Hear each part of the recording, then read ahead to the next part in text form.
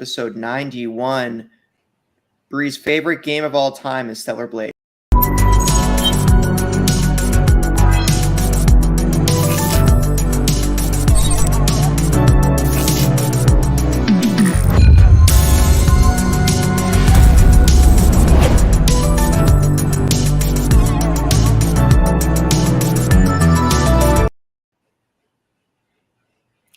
Hello, everyone. You're listening to No Limits, episode 91, PlayStation podcast. My name is Taylor, and I'm joined by my co-hosts, Brianna and Sam. Remember, you can find the video version of this podcast over on youtube.com/SaveTheGameMedia every Tuesday. While you're over there, make sure to subscribe to the channel. If you'd rather listen to audio, we are on all your favorite podcast services. We would love it if you could leave us a review. It helps us grow. We would love any feedback. If you want to support us and get early access to all Save the Game Media content, head over to patreon.com/SaveTheGameMedia and choose the tier that's right for you. Just like our current patrons did: Fabulous Brianna, Brianna's mom, Brianna's brother, Lindsay, Nikolai, Knight, Cypher, Primus, Brendan Myers, Marcus O'Neill, Lillian, Mimi J, David Hotright, Dave Harp, the Xbox expansion pass, Alpaca Tom, Lee Navarro, and the good sir. Also, interact with us in the Discord. Links are all in the show notes. How we doing, Sam? Me? Yeah, I'm good. I'm good. Keeping myself busy with stuff, not work, just life stuff, which is, I guess, a change from usual. Yeah, no, I'm doing all right. I'm playing games as always. That's the name of the game. Don't think there's anything else to update you on specifically outside of the games I'm playing, of course, but that doesn't come just yet. All right. Sam, it's looking quite sunny in your room right now. Yeah, I mean, it's not sunny really. It's actually Tom Nook. It's dry, but it's very clouded over. I mean, I say that the sun is out, but it's not like sunny, if you know what I mean. Oh, I know what you're saying. The sun isn't sunning. Right, it's mooning. Indeed. The sun mooned me. Would it be the moon, or is that what we call an eclipse? Think about Asking the real questions. Yep. How are you doing, Book Bonanza Bree? Rest in peace. I'm doing good. I'm tired. But yeah, good. All right. What about you, Taylor? Don't worry about me. It's just I worry about you constantly. There's nothing wrong, right? Everything's fine. Doing pretty good. I harvested mussels for the first time yesterday. That sounds gross. Oh. Then I ate them on the beach. No cooking. I broke the. No, I'm just kidding. It was awesome, actually. Went to a nearby coast by ferry, foraged mussels, gathered them, went back to someone's apartment lounge. We all cooked them with a butter sauce, got some bread, some pasta. Had mussels for the first time. What kind of pasta, though? Wasn't that good pasta. Someone was gluten-free, so we had to make it like chickpea pasta. We had great garlic bread. That was the redeeming factor. It was bread. Got to soak up all the sauce. Yep. And some olive bread. It was good. I've ever had that. So that was great. Tiring day yesterday. But yeah, as a new enjoyer of mussels, I have like 4 pounds in my freezer now. That's a lot. Yep. So when the summer hits, one day I'm just going to defrost a bag and make some mussels. Okay. You should send some pictures of the stuff that you make. Oh, I have pictures. Oh, yeah, I have pictures from yesterday. I'll send the pics. You should. Pixar didn't happen. There were also clams on the beach, and they were like squirting down the ground. I've never seen that in person before. That sounds weird. I didn't know they do that. Actually see that in person. Oh, it was a ton. It was just like boop, like a someone just like took a sprinkler from the ground of the sand and was just doing that like every 5 seconds. So the practice is that's the water that's spouting up from the sand on the beach when that happens is indicative of a clam moving in the sand. So then you take a medium-sized shovel and you dig underneath, and then you eventually find the clam where it's coming from. Interesting. Clams yesterday. Clams are mid, in my humble opinion. I have not tried mussels or clams, but I'm glad you enjoyed it. Question mark. Yeah. More terrified than anything. It was a little terrifying. But yeah, and there were a lot of crabs. It was funny. Like you would pull up mussels, and they're little, tiny little baby crabs crawling all around. It wasn't gross. It was cute. I do like little tiny baby crabs. Yeah, they were tiny baby crabs moving around. We saw a couple hermit crabs without their shell moving around. I'm like, oh no. Poor guy. Mr. Krabs is naked. You know. They are naked. It's just their butt just hanging out. Mm-hmm. What else did we see on the beach? Probably sand. A lot of sand, some kelp. Yep. Good stuff. Sounds like a good time. Mm-hmm. I guess we'll get into what I've been playing. Control. Not to be, what's him? Hell yeah, thanks. Not to be confused with Control Delete from Super Hot. Or wait, isn't that the name of the DLC, right? It is. Yeah, okay. Yeah, not that. The actual, Control Remedy's Control. I've discovered the Ashtray Maze. I have not tried to complete it yet because I'm like, I think I should be coming back here later. Either way, if the game doesn't make me do it, I'm going to go do it eventually. But right now, I'm started exploring the research sector. I died. Dude, the research sector is kind of tough starting out. I don't know. Maybe I'm just bad. But yeah. Maybe both. Maybe both. Yep. Good so far. I can't believe Jesse admitted to, what's her name? Stephanie? No, Emily. No.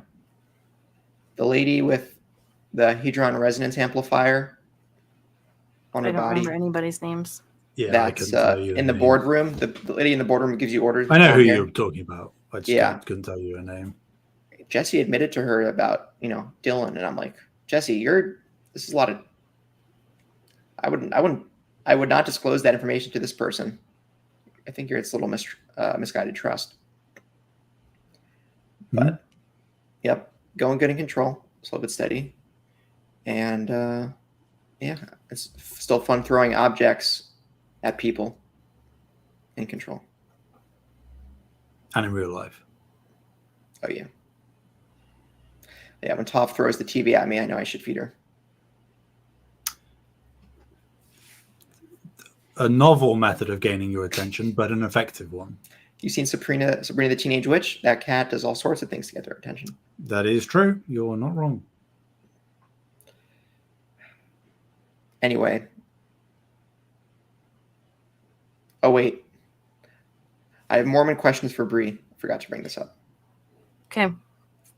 So I've also been, instead of shows, I've been watching, there's a YouTuber named Peter Santinello who goes around the U.S. just interviewing different Oh, God. like societies. Like he's gone through Appalachia, he's gone through the South, he's going through major cities like Chicago and New York. Eventually he hit Utah, and they toured him around Salt Lake. And he's also going to some fundamentalist Mormon or the FLDS. FLDS places. And he kind of had me in the first half where I'm like, gee, this gathering with these folks doesn't seem that bad. And then I'm like, I wonder what the church's position is on, like, oh, I don't know, gay people. And then I'm like, all right, yeah, you get excommunicated from the church if you're openly gay or LGBT. Nice. Or want an abortion. So, and like in the show, they were like, oh yeah, we love the Jews. And I saw stuff on there's a subreddit called r/x Mormon. Yep, there is. And they're like, yeah, people do polygamy and they hate Jews way more than what they show than on YouTube. I'm like, what? Is it, Bree, what I want to understand from you, I guess, is the culty. I got vibes that like there's stuff in the back room they don't want to tell me about when it comes to those videos. Yes. Does that back room exist? Yes. Where's all the dirt? Yeah. Yeah, it's pretty bad. Yeah. Mm. I think the FLDS is like a special subset of the Yeah. Mormon Church that is like incredibly worse Yeah. than like the normal Mormon Church by like a huge margin. There's a documentary on Netflix you can watch actually, where they like talk about a lot of like the compounds where they live and stuff like that. And yeah, so they're just basically like women are having kids, and by the time that the kids are 14, like the females are 14, they're married off to whatever dude. And the more wives they have, the closer they are to God, and Dope. you know, all that kind of stuff. What about regular LDS? Regular LDS are still pretty cult-y. You're either in or you're not kind of thing. There's a lot of stuff that like I think is like for me is kind of just like normal because I grew up in Utah, and I grew up around Mormons. Mm-hmm. But I recognize now that it's perhaps not normal behavior. For example, in high school, they teach a class called seminary, which is just like Mormon teachings. And it's an entire high school period. And if you don't take seminary, the Mormon kids a lot of them will stop talking to you. I know this because I stopped taking seminary. Did you go to public school? I did. Great job, Utah, putting a religious class in a secular school. Good job. So the crazy part about seminary is that it's not taught on high school grounds. So all Utah high schools will have like buildings or trailers that are in the parking lot or just outside of the grounds of the high school. So that way you can walk to the seminary class because it's technically not allowed to be taught in the high school because like church has to be separated. So they've like now just like rigged the system where it's like everybody takes seminary. And if you don't, you are very much like looked down upon. And yeah, the year that I stopped going to seminary, my ex and I sat at the lunch tables usually alone. There were only like a couple kids that would come hang out with us for marching band. So yep. So like seminary is like a pretty like the concept of seminary is like a pretty normal idea to me. Because I like seminary was just like a thing, but like I said, I kind of now recognize that like seminary existing at all is like really kind of crazy. No kidding. So. On a public school, yeah, I'd agree. Mm-hmm. If it's a private school, all bets are off. Mm-hmm. So yeah, that's one thing. I mean, there's like all of the like Monday nights or family home evening. You have to go to your Young Women's Association once a week, and then you meet with them on Sundays, and then there's like this whole church camp where like all the young men and young women go and hang out with their like church leaders to learn the teaching of God over the summer. Yeah. The video I watched was just them touring BYU's Brigham Young University's campus. Oh yeah, BYU is a crazy place. It's a crazy place, and sometimes it blows my mind that it exists, and the people there are for real. Like they're so serious, and I can't take them seriously. Okay, that's funny because University of Utah is right down the street. No? Oh yeah, we're just around the mountain. What I want to see happen is like University of Utah students, quote unquote, corrupt BYU students. Yeah, the BYU students are crazy. Like some of these, at least some of these kids, I feel like they don't at BYU. You know, they were brought into it. Like they don't know any better, and I don't necessarily blame them for going there if all they were surrounded by as a kid was that. At some point, I would hope they have that realization, but it's like if your compass for normal is that, it's not abnormal until it's like the Truman Show. It's all fair game until someone breaks the trance, right? You're like, what? Yeah. Well, and the thing is it's like there's so many weird things that you can do that you don't even realize that are like inappropriate. So like wearing like a tank top, like showing your arms is inappropriate. Like drinking caffeine is right. I knew that at least. But only like coffee. Well, that's what's so weird is like they have soda is such a huge soda's such a huge thing, and you're technically not supposed to drink caffeine, but it's mostly just like they just don't want you to drink coffee or caffeinated tea. Right. Dude, I like literally the other one that killed me is Conference. Conference is the worst, and I like cannot believe how many hours I was forced as a kid to watch Conference because it was the most miserable, horrendous thing. It's like 3 hours of old dudes just talking, and they're so annoying. Oh. Sam couldn't take it anymore. Yeah, he's sick of talking about Mormons. All right, well, thanks for the insights. Maybe I'll move to Salt Lake. Salt Lake is fine. It's when you leave the confines of like downtown and Sugar House area that it gets a little crazy. Enough. Jeez.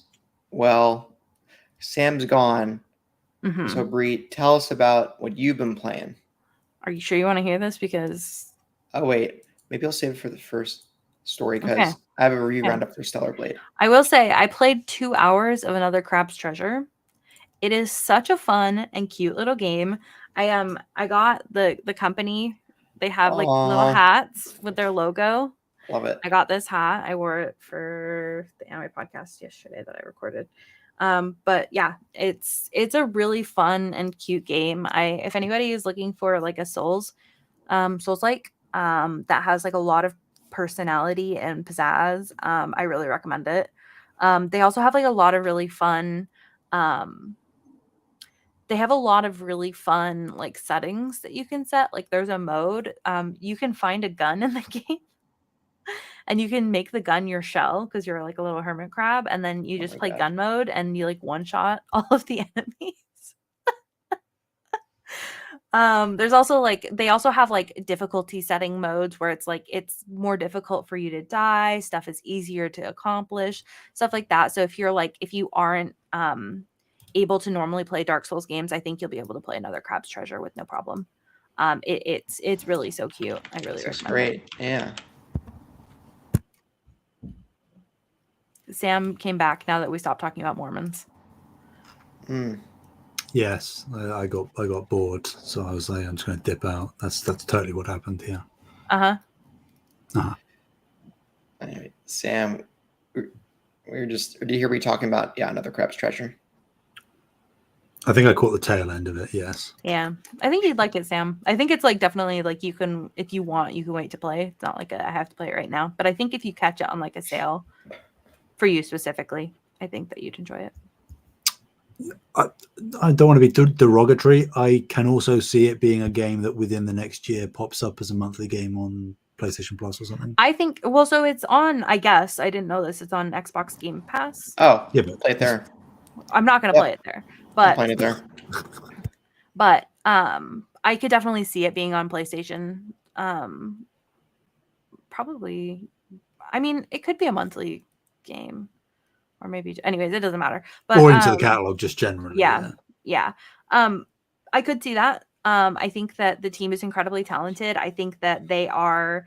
It's like how Cult of the Lamb, how they kept like talking, like they had that good discussion with the community, and they were like joking around and like making fun content, like how they added like sex to the game and stuff like that. I think that Another Crab's Treasure definitely has like community like that, which is so fun and interesting. Like they did that like Dark Souls mode for April Fools, and they like actually modded it into the game. where you could like go to Anne Orlando and such, and you could play as Sunbro. And yeah, they did like that meme post where it was like comparing outfits with Eve from Stellar Blade, and yeah, it's fun. Sweet. That's as much as I can talk about for what I've been playing right now. But oh boy, just you wait. Oh boy. Oh boy. What have you been playing, little Sam? Sam is not so little. He's like 6'4". I'm pretty sure he's 6'7". Accurate. Sam, if you get jacked, you'll be an overpowering presence. That would be very true. To suggest that I'm not already, I'm actually kind of hurt, Taylor, but we'll brush over that. Right, let's see the muscles then. Let's see the guns. Because I'm getting Why do you think right I wear now. such baggy clothing all the time? I don't want to put Taylor to shame, you know. I'm in the process of trying to get jacked right now. And I believe in you. Not an easy process. Thanks, buddy.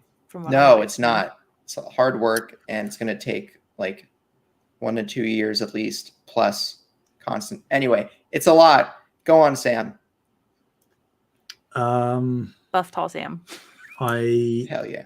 Can't remember where I was with the Order 1886 last time, but I finished it. Started it. Okay. And that again, that's not even a brag because you basically just have to finish the game to platinum it.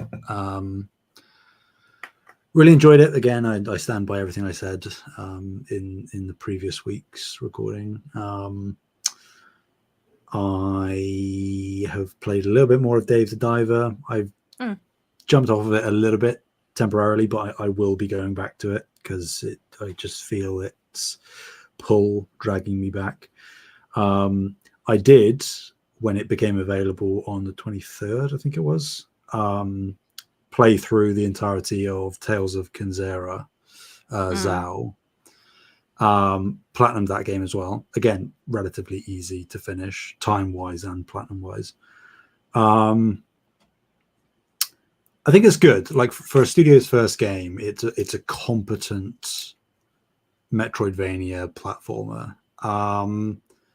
I think, not that I played it, but knowing how high people were on Prince of Persia recently, I feel it didn't do itself any favors releasing in such close proximity.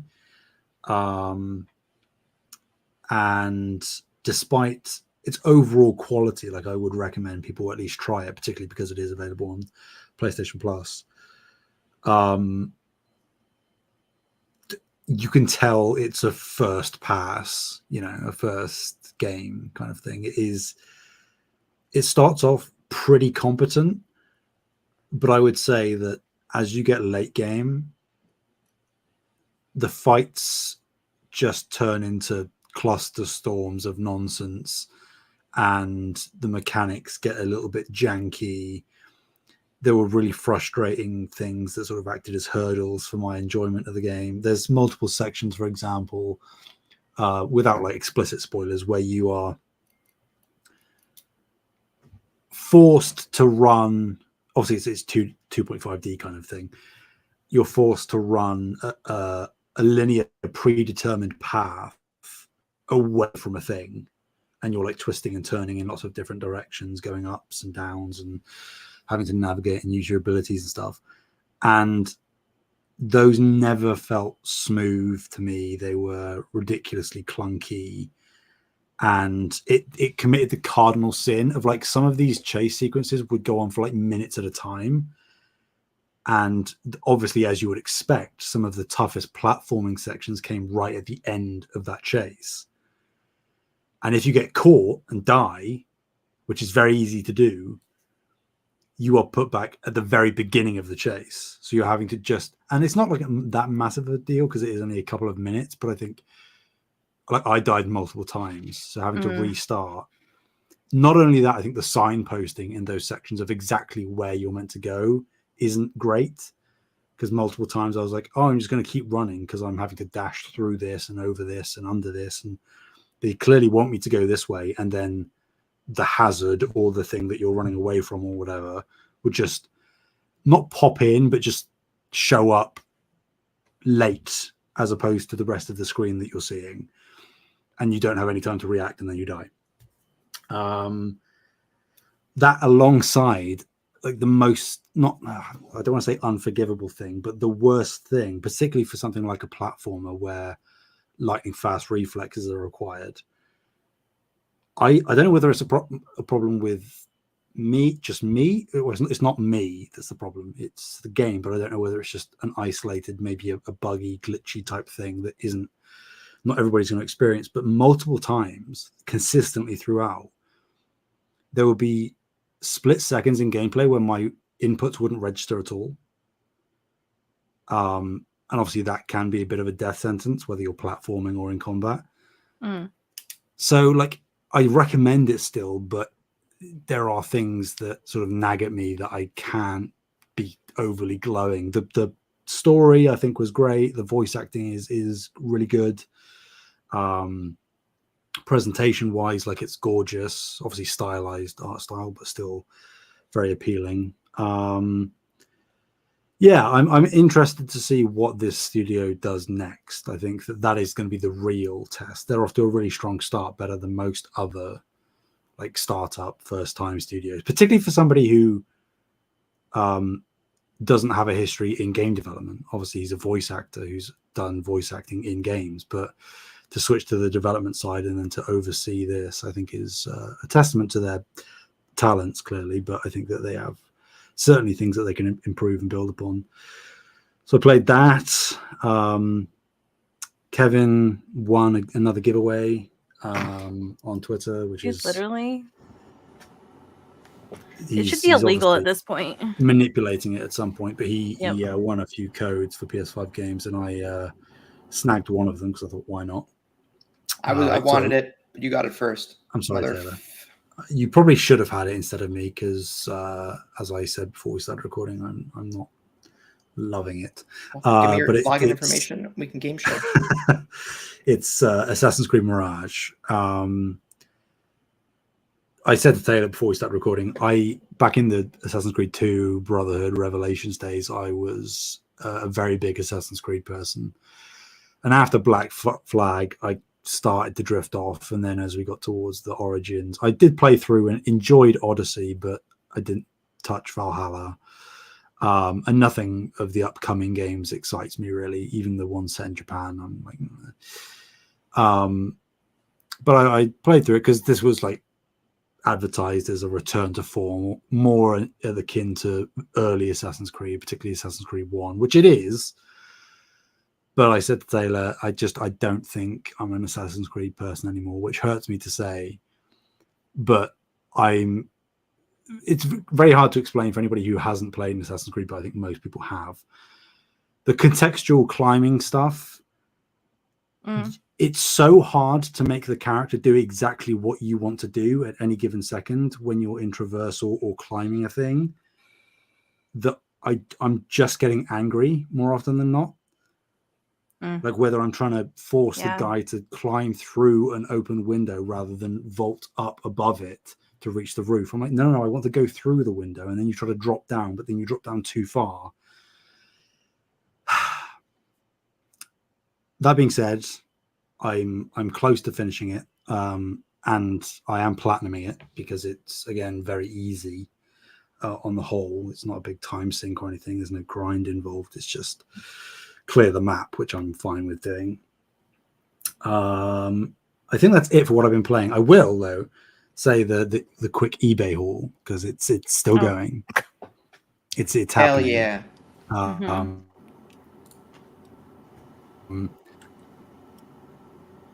Earlier than these two, so I'm a bit disconcerted, but I'm holding out hope that there's just a delay in the mail and that it will show up early this coming week, hopefully. But the two things that I did pick up are Deathloop. Now, I am on record saying that I think that Deathloop is a bad game. You hate it. I dislike Deathloop. So why do you have it? Because, Taylor, it was cheap, and my desire to own physical media overpowers my desire to own physical media, and the fact that it was as cheap as it was overpowers the fact that I don't actually really like that game. So to just own it physically was worth the few pounds that I paid for it. That's my justification. The other thing, though, that I haven't started playing yet, but I will, because I'm very excited, is RE4 Remake. So I picked that up. I've got it installed. It's ready to go. I just haven't dove into it yet. So yeah, I should have had 2 more games, but they have yet to arrive. One will certainly shock you. I'm not going to tell you where it is yet. I'm going to wait and see if they actually show up. That's more because then I can capture your reaction and I can prove that I have it by holding it in my hand. But time will tell. It's more the chicken. Don't hold your breath on that one, but you know, the power of belief. Yeah. I believe in you. Thanks. Excellent. That's me. Okay. All right. Bree, would you like to talk about what you were playing, and then we'll jump into the review roundup for this game? You want me to talk first and then story, or story and then talk? Talk first? Okay. I don't know. So you guys, there's this game that I'm very disappointed that neither of my co-hosts have picked up yet. Yep. Not gonna happen. Game called Stellar Blade. Wait, you're not gonna play it at all, or just not right now? Maybe when it's like $3. I'm so hurt right now. Okay, you guys. So there's this game called Stellar Blade. You may or may not have heard about it. I've been playing it. I have no idea how many hours. I'll look while I talk to see how many hours I have in the game. But I've been playing this game a lot. I took time off of work so that I could play it. I like to do that every once in a while when there's a big release that I'm excited about. I'll take a couple days off work so I can actually sit and play it. Last time I did this was for Elden Ring. I'm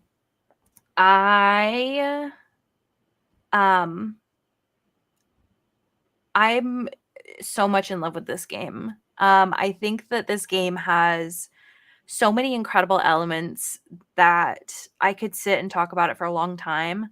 I know that we're planning on doing a review, like a full review for the game. So I'll withhold some, but I will say that I think that the devs who made this game really understand how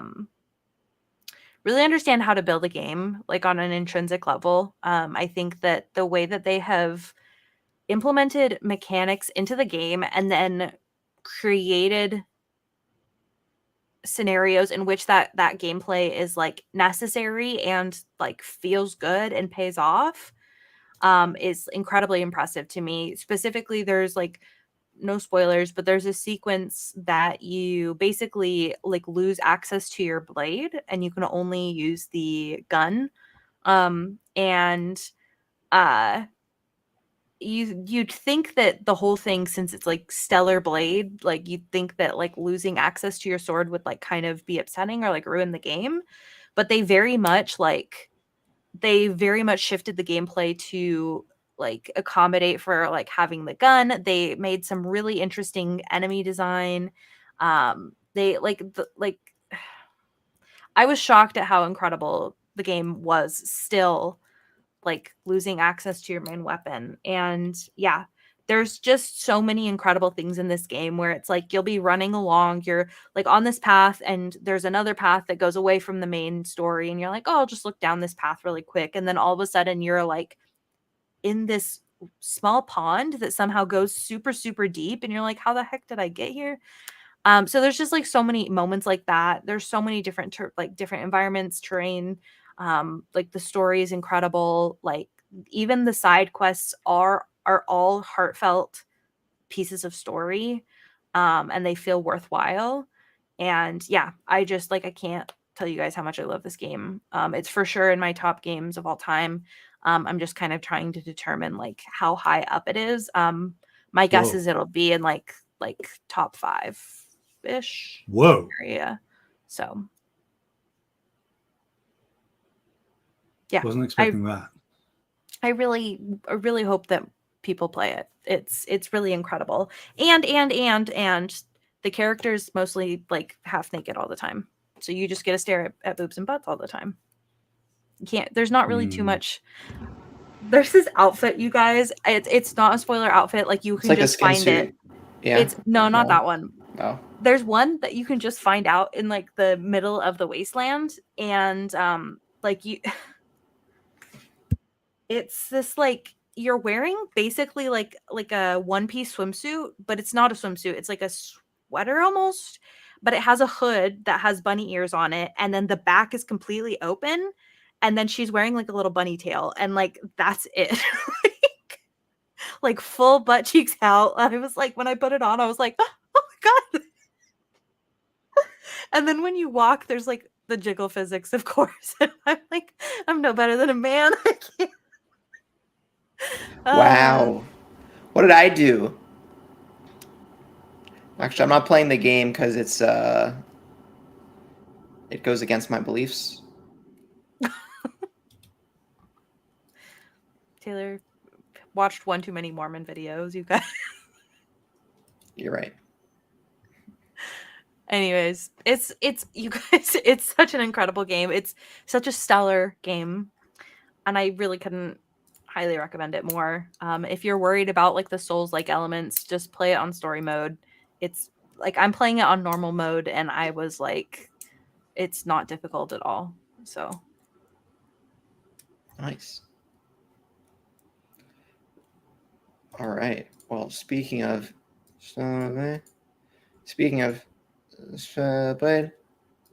it's currently sitting at an 82 on OpenCritic. I'm at 19 hours. I forgot to say. Holy moly. Mitchell Saltzman from IGN gave it a 7 out of 10, saying, "It's great in all the most important ways for an action game, but dull characters, lackluster story, and several frustrating elements of its RPG mechanics prevent it from soaring along with the best of the genre." And Bree says shame to that. I do. Matt Miller from Game Informer gave it an 8.8 out of 10, saying, "The further I played into Stellar Blade, the more it surprised me with the depth of its action and the breadth of play experiences. The story never clicked for me, but the world-building, top-notch art and silky animation certainly did." Interesting how they say silky animation. "Even when certain devastating bosses made me curse, it was always because I made a mistake and was left eager to dive back in for another shot. I love the gradual mastery I developed as I explored many of its interlocking systems of combos and special moves. Stellar Blade is unabashed in its titillating approach to sex and violence, but unlike so many games that use those appeals as a crutch, it's also a top-notch action experience that can easily stand with the big girls." And Jessica Orr from Eurogamer gave it a 4 out of 5, saying, "Stellar Blade has a fair bit of weirdness, but its killer tunes and vibey flow state combat, plus a transformative hard mode, are enough to leave you entranced."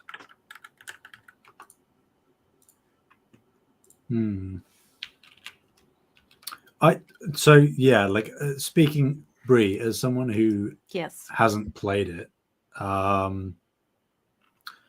the two, and to be fair, I haven't looked too deeply into it, but the two, not complaints, but I guess criticisms that I've heard, and these aren't the only ones, but like a few that I've seen pop up multiple times, are that one, the story and the voice acting aren't that great. And then two, I guess, bundled in with that, there are some people, I think including Mitchell, but I'm not 100% certain, who pointed out that obviously there was the thing pre-released where Yogotaro was talking about how he thought that Stellar Blade was a better game than Nier Automata, and they were sort of like circle jerking each other kind of thing. Yeah. People, I have seen a number of people say that Stellar Blade is trying very, very hard to be Nier Automata, but doesn't live up to it. Yeah, so I definitely think that like the like you said, kind of circle jerk of like, yeah, this is for sure, like it is for sure pulling from Nier. Like it's so very obvious for anybody that's like kind of familiar with the story of what's going on with Nier. And I don't think that it accomplishes it as well as Nier does, to be completely honest. However, that's not to say that there's no like that the story there isn't something interesting. Sure. I think that for me, like it's maybe it's just because it's been a while since I played Nier, but it's like almost like kind of gives it that extra like nostalgic element for me because it's like I remember playing this story. But yeah, it is different, but it's very obvious that it's copying what Nier does. Yeah. So this might be hard, especially if you haven't finished it or anything, but like, do you think the game would have been better if it had lent more into what made it unique? Like, I guess rephrasing the question slightly, does it do the mimicking of Nier well enough that it warrants mimicking as opposed to diverging and just doing something completely unique?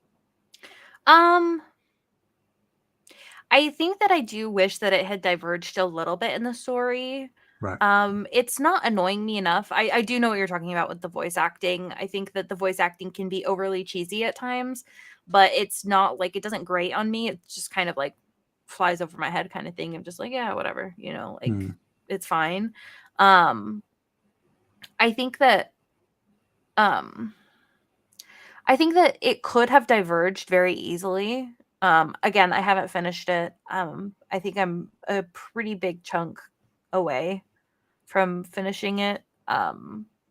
Just because I'm like doing all the side quests and everything. But I will say from what I've seen so far, I think that they could have taken that like base proposal because the core concept of Nier is kind of presenting you with this moral question and then pushing at the moral question to see like what are your feelings on this. And Stellar Blade tries to present another moral quandary that's almost the exact same thing, but it just doesn't matter almost. Right. So yeah, definitely room for improvement, but it's such an incredible game that I kind of don't fault it for that. So hopefully that answered your question. Sorry, I'm rambly. Not at all.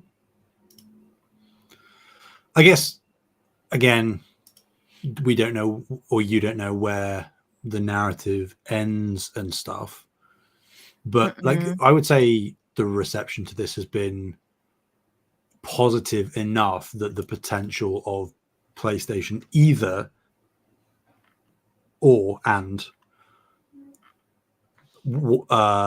greenlighting a sequel and or trying to acquire Shift Up. If they don't, they're stupid. Like in the nicest way possible. If they don't try and acquire Shift Up, if they're not trying to woo them, if they haven't been trying to woo them, then that's really poor decision making on their end. Okay. Like the scope of this game, it like with the visuals and like I'm telling you, this game is astonishing in so many ways that like if they don't like bad decisions are being made. So, and that's because you think the gameplay is like so up to par with competitors, or to an extent, yes, and the talent from the devs is clearly worth enough that they should be brought in-house, and then PlayStation can call them theirs. Yes, gameplay, specifically gameplay, they understand like a lot of like it was talking about in the reviews, like the way that like the game combos and stuff like that is really fun and rewarding. And like the game design is top notch. And on top of that, like the art is incredible. Like some of the like the views that you get are like insane. I do, if you guys want, have some screenshots that are not spoilery that I can share that I got from my game. But yeah, it's insane. So yeah, enough talent there that even if they're like PlayStation is like concerned about the story, which personally I don't think they should be, but even if they are concerned about the story, then I think that like they can easily justify the purchase with the rest of the stuff going on. Okay. So good. I'm, again, it's not one that I'm going to be jumping to play right now anyway. But it's certainly obviously played through the demo as we talked about, so I think that it'll be one that I will probably get to before the end of the year. I think, because I think that obviously we don't know what the latter half of this year looks like, but I think that from everything I've heard, Stellar Blade, as the year stands right now, might have a chance of being like a Game of the Year nominee, maybe. And if it is in that realm of conversation, at the very least, I would feel not obligated, but far more inclined to get to it earlier rather than later. So, yeah, give me some Souls-like-y type games. I know it's not exactly what this is, but close. Yeah, it definitely has a lot of Souls-like elements. But if you are familiar with Souls games, then it's not going to be very difficult for you. Yeah. Okay, I have here are my screenshots. I think So the Statue of Liberty sitting down. It's something. What toff? Get out of here. Yeah. Whoa. I think this game is so cool. And they're doing so many cool things. Also, I'm okay. This is, I guess, mild spoilers, but it doesn't have anything to do with the story. You eventually unlock fishing. And I'm so upset that the fishing mechanic is one of the best fishing mechanics I've ever experienced. Oh. Like, why? Like, how do you get fishing like right? Like, I always hate the fishing mechanic in games that are like have nothing to do with fishing, but somehow they like do. How do you get fishing mechanic right? But they did it. Well done, Shift Up, I suppose. I mean, it was looking positive before the game came out, but I was apprehensive that it wasn't going to stick the landing. And whilst it might not have like nailed it, I think it's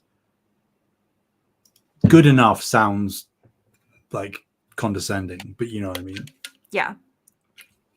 So that'll do, pig. Hopefully we get more of them in the future with PlayStation. That'd be nice. Please.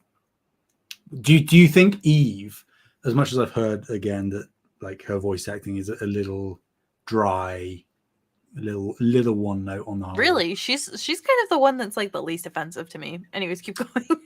I've heard something about a character called Lily being the better one. Really? I feel the opposite. That Lily feels out of place because she is so bubbly or something. That's what I've heard. Yeah. Lily is like almost grating because it's, well, to be fair, they're kind of in like a messed up society where like humans are dying. So I'm like, the bubbly tone is maybe a little too much for me. Fair. But do you think that Eve, assuming in a hypothetical that either PlayStation acquire Shift Up or just continue the Stellar Blade IP, do you think she has the potential to become like a staple character in the PlayStation roster? Ooh, that's a really good question. From what you've seen thus far, obviously. I'm going to say no, but I don't think it's any fault of like necessarily like the character. Or like the voice acting or anything like that. I just don't see PlayStation being okay with like putting all of that body on display and being like, look, this is a PlayStation character. Sure. I just don't. Maybe I'm wrong.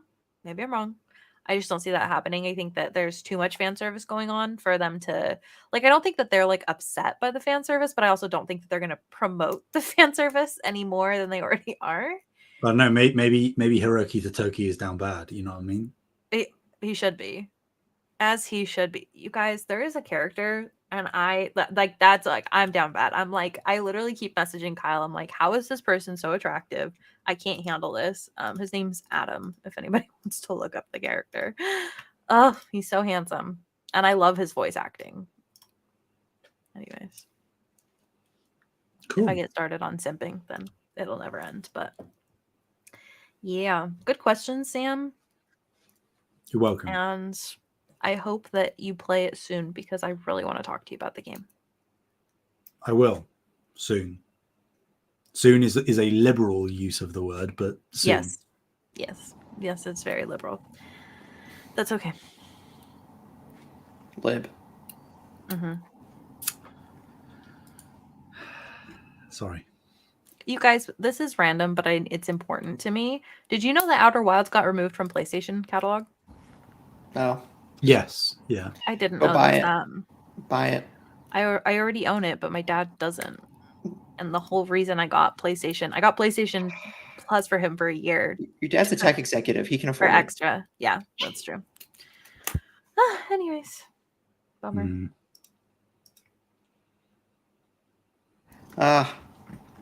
Sam, you hate Microsoft. Yes. Want to talk about the next story? I do hate Microsoft, famously. That's so true. Yeah, that's right. Sure. Hang on. I shall have a look at the document. Right. So Microsoft games are dominating the PlayStation Store. Xbox recently announced plans to bring more first-party games to PlayStation Nintendo Switch, of course, starting with the first four: Pentiment, Hi-Fi Rush, Sea of Thieves, and Grounded.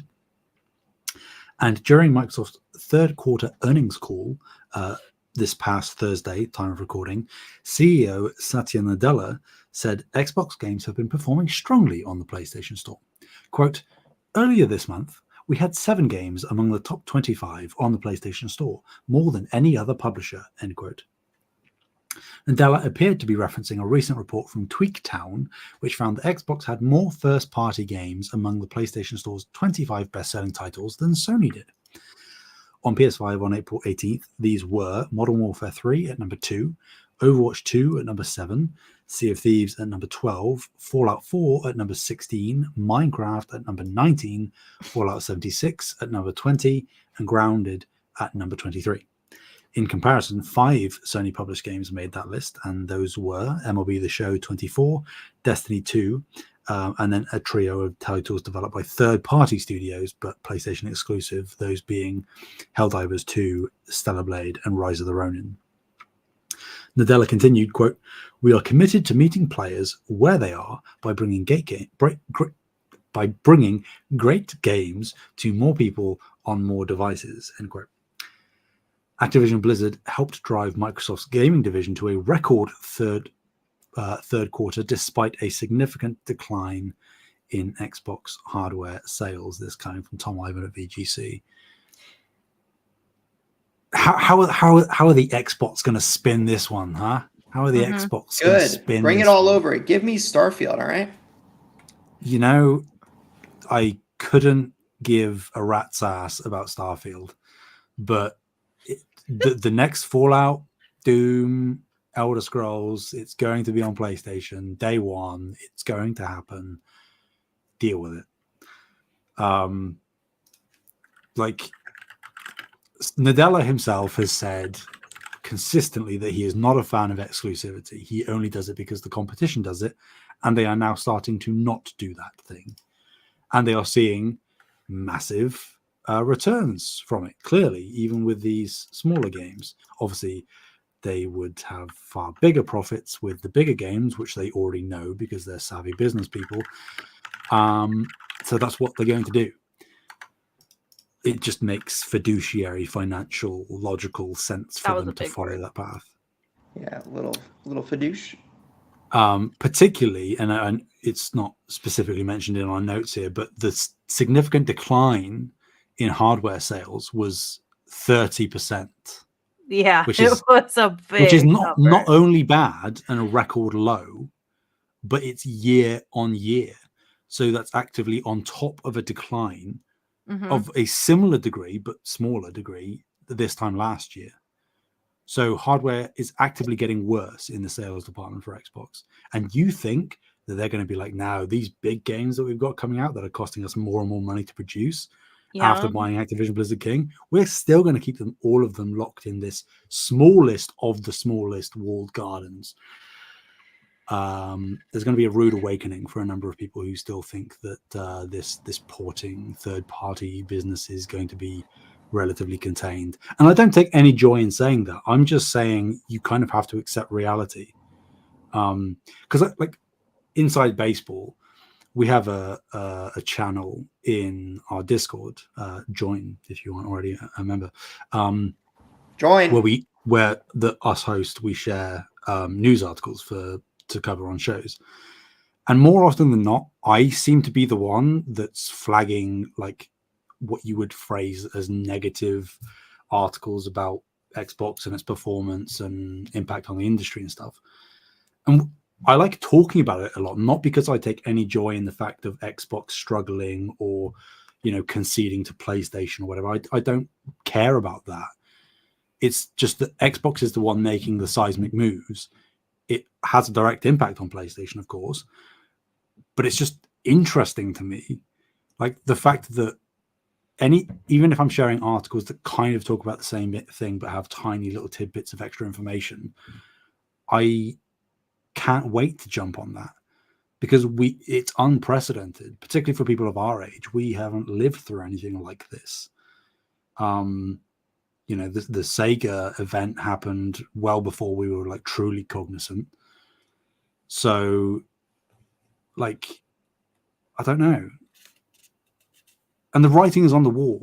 And I think that it's just that a lot of people understandably have diehard, emotional attachments to these platforms that meant so much to their childhoods, and they aren't necessarily willing to see the evidence for what it is.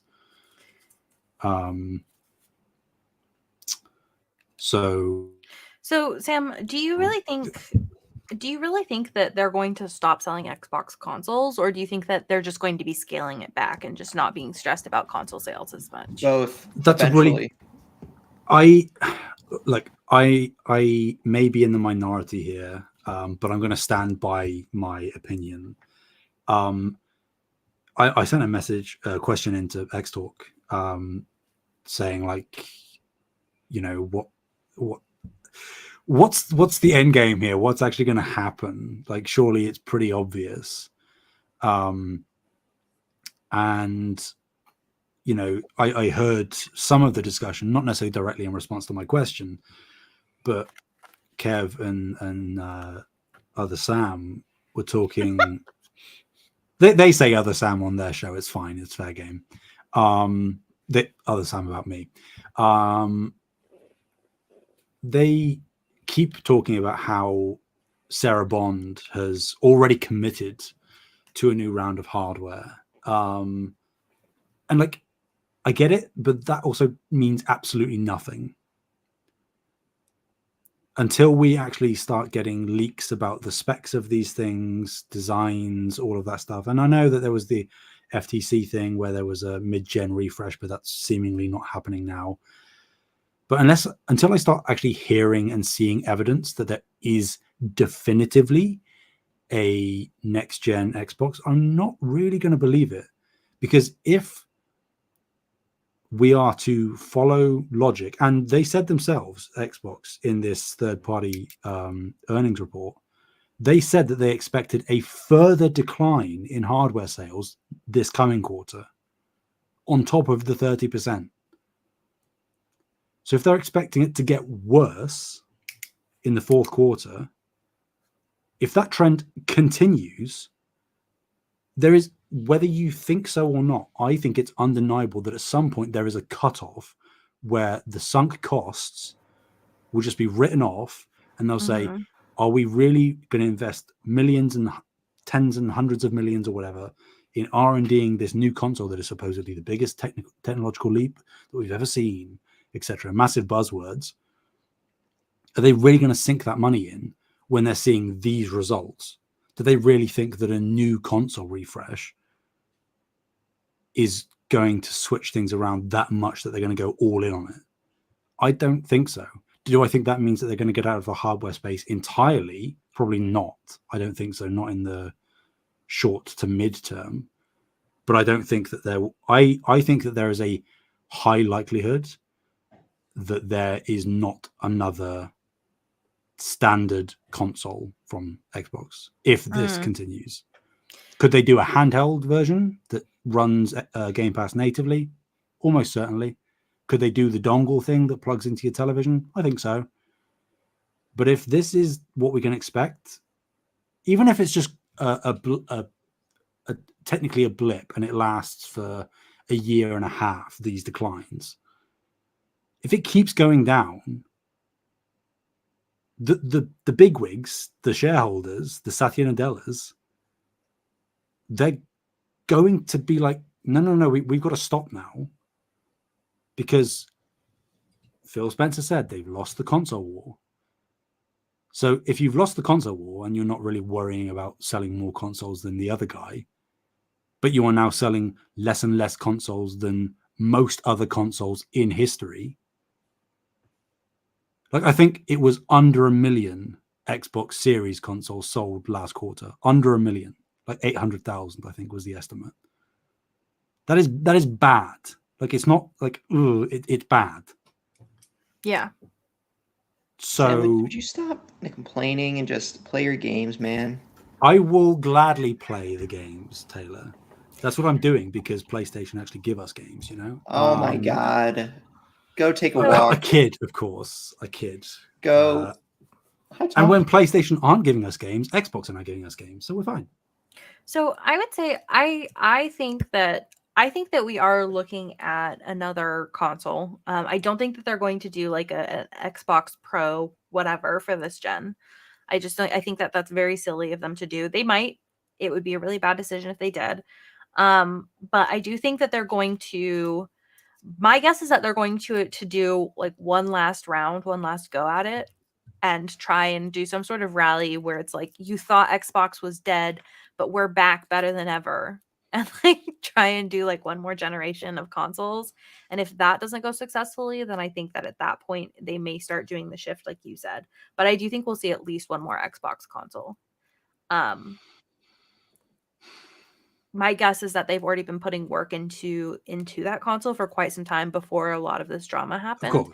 So may as well at this point just put that console out, because Xbox, or specifically Microsoft, has a lot of money. And they can kind of afford to lose a lot of it.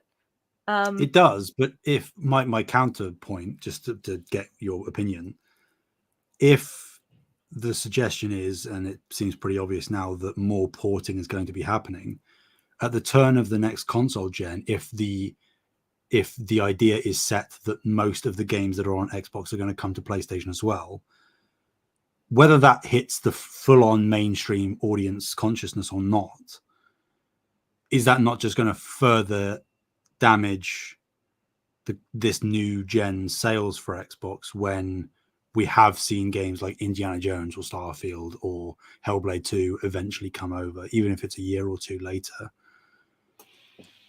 I think that once we get this much further into the porting situation, there is less and less inclination for consumers to buy it, because PlayStation is just de facto the better choice for more games. Then, because I understand and I recognize that it's a slightly different situation, especially considering that like the partnership that Xbox has with like just like the PC world. But I didn't see anybody freaking out when PlayStation started porting games to PC. No one's freaking out. Xbox is porting games to PC. No one. Come on. No, not to PC, to PlayStation.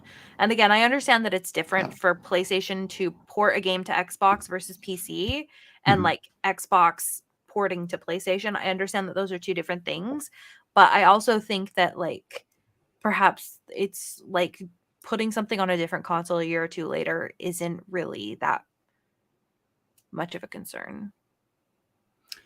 No, but I think that they aren't equivalent, because PlayStation don't do, or haven't yet done, day and date releases on multiple platforms, right? Whether it's PC or otherwise. Whereas that is Xbox's whole ethos of Xbox and PC.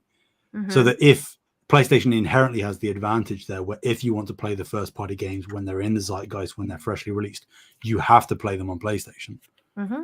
With the exclusion of like Helldivers 2, technically, as the most recent example, but that is a live service, blah, blah, blah, blah. So I think that there is that difference there. I understand your point, though, and I think that there is a valid element to it. But I think that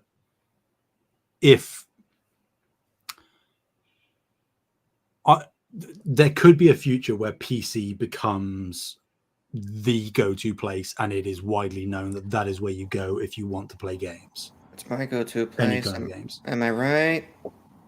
The thing is, the problem with PC is that it's not as attainable for some people. Exactly. It's true. It's expensive, Wency.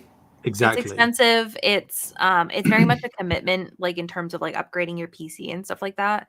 So Precisely. not really attainable for a general audience. So the idea is then that you have to then go down a rung essentially to the Xbox, PlayStation, Nintendo. Mm-hmm.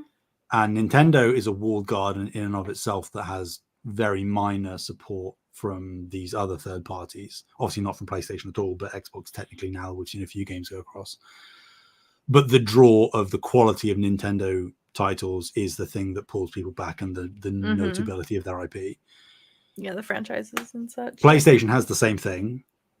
Big walled garden, notable IP, only place to play these games.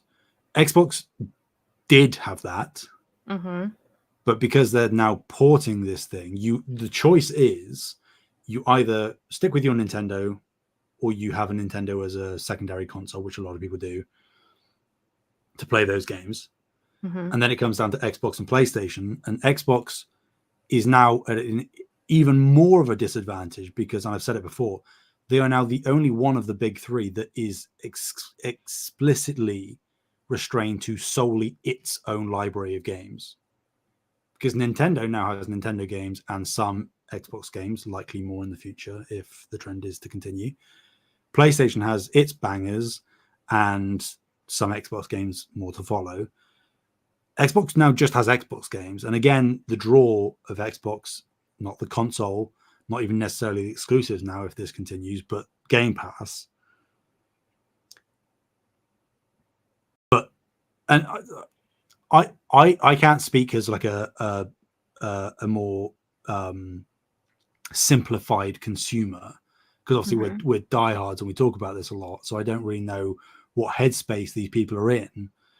But I would think these people, to any extent, there would be an awareness of the fact that, oh, the PlayStation 6 is coming out alongside an Xbox 720, and I can play the God of Wars and the Spider-Mans and the Wolverines and et cetera, on PlayStation. And I can play the games on Xbox also on the PlayStation. But it just means that I have to wait a little bit before they come. Or maybe I don't even have to wait. But also, if I wait, I'm just playing the PlayStation games until they come. I think so. I think that you can't forget that a lot of people that play Xbox just get the next Xbox machine and they don't think about it, right? There are so many specifically dudes that just want to play their first person shooter with their friends Friday night, like the Taco Bell, Baja Blast, whatever. They're signing up to like play with their friends, and that's like a huge general audience, right? Or defend democracy. They're just buying the next Xbox, the next first-person shooter. They're just playing with their friends, and they're not paying attention to any of this. And I think that there are a lot of people that are in that group. Enough so that I don't think it'll necessarily make it so that Xbox thrives only on these people, but I think it's enough to sustain them at least somewhat, as well as the other people that are like that do know what's going on, but like they're just huge Xbox fans and they're always just going to get that next console, stuff like that. So I don't know. I think that Xbox has enough brand recognition that like it can kind of weather the storm. So I don't think that they're like completely doomed just yet. However, I do think that they are consistently digging their own grave. Which is so interesting because they won't back out of it, right? Because they've got all their Game Pass stuff. That's like they just have this huge, like I'm sure you guys have seen it. That like I think it's at the Dr. Pepper factory, like that like meme of that person like throwing something into that giant hole. It's like, oh no, it's like that truck that dumps a bunch of rocks and it's a huge hole and like it's so big that there's no way it could fill it. It feels like that, right? Where it's like there's just this giant hole of like Game Pass is just sucking the life out of Xbox. So yeah, I think that they're digging their own grave, but I do also think that there's a lot of big Xbox fans that just. I think you're not wrong that there, of course, will always be Xbox fans, but when PlayStation is outselling 3-1, it doesn't really matter if there is a diehard contingent of Xbox fans, because you said that Xbox can weather the storm. I would argue that they can't and also aren't, because they've blinked. They've blinked by beginning to port their games, and I would argue that is a Pandora's box that you now can't close, because, as we've talked about, the sentiment around every single upcoming Xbox release, likely for the foreseeable future, if not forever going forward, is going to be, is this going to come to other platforms? When is it coming to other platforms? And that's obviously self-inflicted wounds, but I think that. But what does it matter when you can play it on Xbox and get it for quote unquote free? Well, because you can only get those games. You can. Oh, this is really hard to phrase. You can only get those games on Xbox, and by that I don't mean they're Xbox exclusive. I mean those are the only games you can get. Whereas if you're even mildly interested in, you see an advert on television or on YouTube or Twitter or whatever for Ghost of Tsushima 2 or Wolverine, or you see The Last of Us Part 3, or you see I don't know, Bloodborne 2, and I that just roll with me. Just I'm being. If you see that, the conversation around FTC and everything went mainstream, right? The conversation of Call of Duty will be staying on PlayStation for the foreseeable future, 10 years, but that's not going to change. It's going to extend beyond 10 years. We all know that. It's going to be in perpetuity. So Call of Duty isn't going anywhere on PlayStation. The Xbox games that you might play if you're on Xbox are likely to also going to be on PlayStation. And you get the PlayStation games. Yep. So whether you're diehard Xbox or whether you are passing interest and you still just pick up little bits of information about what's going on, but you don't have the full picture, I think we will get to a point, especially if this porting stuff picks up, which it's likely to, and you just see more and more headlines of this game, PlayStation coming holiday 2025, PlayStation version coming early 2026, whatever. I think enough of that will breach through. And when you do, I'm not saying everyone, I'm not trying to blanket 100% all consumers, but more consumers than otherwise would probably jump to PlayStation, because despite the value proposition of Game Pass, you are inherently curtailing yourself to fewer games. Yes, I agree with you, and I understand. I definitely understand your point, but also, like, if you are like kind of in like, let's say that you don't have a ton of money, you are deciding on a console. Would you rather like be buying something for your kids where you can just pay that for the pass and then they get a ton of games? Or would you rather be buying all of these individual games? You are absolutely 100% correct. But then that would probably loop back to my initial point suggesting that Xbox and Microsoft as a whole would be better suited to not create a standard typical console in that case, and go for a maybe lower cost, easier barrier to entry, handheld hybrid type console. I think if they step into the Nintendo space, they're like, I don't think they're ready for that. I feel like that's a big boy fight that they're not ready for. I mean, I think Xbox are just they're going to be shot and hit with a door in the face no matter which way they turn, because if, like you say, they go into the handheld market, they're directly competing with Nintendo, they are likely going to fail if they try to go one-to-one, right? They are inherently right now objectively quite dramatically losing the standard typical premium console war.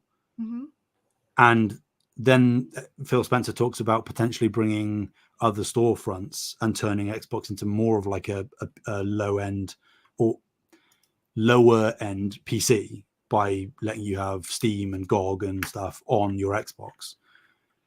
And if that's the case, developers would cease to create. Most developers would cease to create Xbox versions for games because they could just focus on the one SKU that is available on both PC and Xbox by that case. And then Xbox would see less income because you are then just going to be, even if you're doing it through an Xbox, you are just buying on Steam or on GOG. Mm-hmm.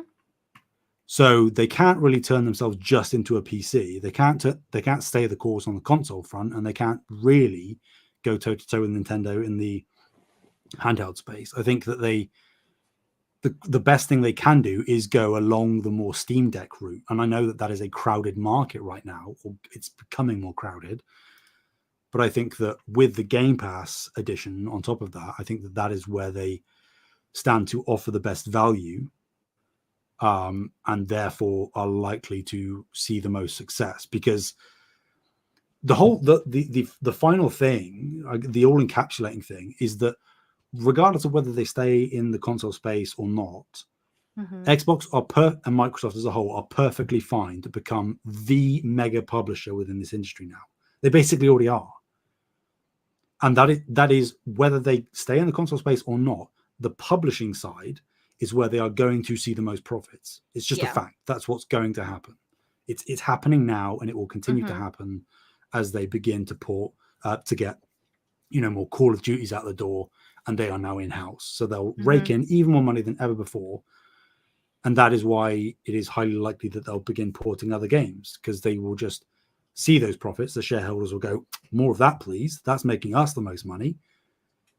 And Satya and whatnot will capitulate, whether Phil Spencer and Sarah Bond like it or not, because they aren't in charge.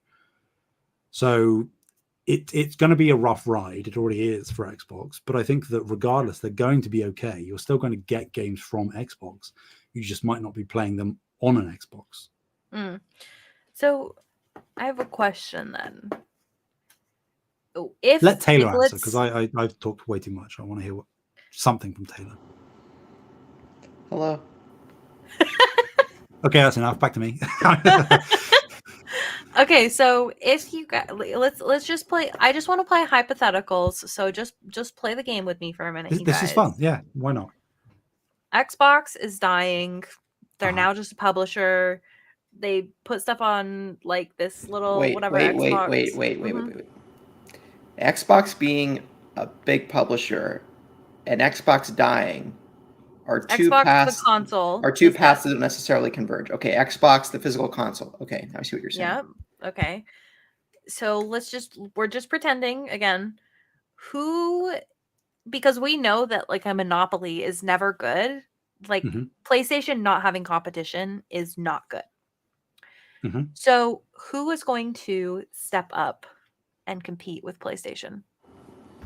It's well, for hardware. Yep. Who's stepping into the console war ring? I don't know. I guess you have Nintendo left, but it's like Nintendo's not on that level. They've dipped out of the console war a long time. They said, "You guys have fun." There is no console war. It dissipates. No, I know. But I know. Maybe Apple, maybe one of the big tech companies throws in a box.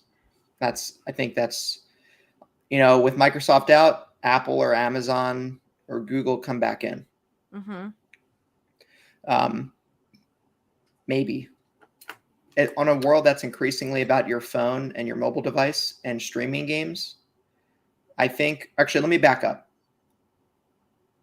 I think Xbox's hardware presence, it would be more on the competition level of a Switch-like modular handheld type platform that you can stream games to and things like that. And Xbox will just go that direction. If you want your big box console at home, you can have your PlayStation or your Nintendo Switch 2 docked, I guess. And other than that, it's an app on your TV. Like, the device is what you're using already. The software is the hardware. Whatever is hosting the software becomes the hardware. And that's just what it's going to be. Yeah. Obviously, software has to be hosted on something, but you get what I'm saying. It's whatever third-party piece of hardware that the Xbox app or Xbox games are running off of. That is that is Xbox. It's Yeah. the games on whatever that platform is. Because like Sarah Bond said, right, every screen is an Xbox. And Microsoft themselves have always inherently been a software company, not a hardware company. And obviously Xbox is explicitly hardware, but also software. But I think that the whole every screen is an Xbox, play where you want to play. If they actually action upon those words and don't have it just be a nice sentiment that they're sharing around, and they say that you can play all of the games that we put out wherever you choose to play them, and we have, like Taylor said, an app on the TV or whatever, they are solely focusing on the software then, but by proxy, they also technically then have a stranglehold on more hardware than they ever had before, because they are porting more of their software to more and more hardware, and therefore they become the most valuable asset in that transaction, because without them, the hardware doesn't have the software output, regardless of what that hardware is, whether it's a PlayStation or a Nintendo or a whatever. So it's, and again, like I think I've said before that I don't think that if Xbox exits the console space, I don't think there's going to be somebody that steps up. Obviously, that would probably be the best case scenario, to not let PlayStation run wild. And again, I take no pleasure in the idea of Xbox exiting. I'm just saying realistically what is potentially likely to happen. I think an unchallenged PlayStation would be a bad thing on the whole. Not the end of the world, but a bad thing generally. So in this hypothetical situation, just who do you think would? I think Apple are the most likely, because Apple have the brand recognition. They have an install base that are inherently compelled and are almost like conditioned now to buy refreshes of this hardware at a relatively consistent, frequent pace. And that's not too far afield from the regular console space as we've known it, right? You buy the newest iteration when it comes out and you upgrade, and there might not be that much cross compatibility, but you buy it because you want to stay in the loop and you want to have the new thing and the new hotness and all of that stuff, and get all the new apps and the new experiences. That is basically the iPhone experience, and it has been for well over a decade. Well, practically 2 decades now. So I think that they're the most likely.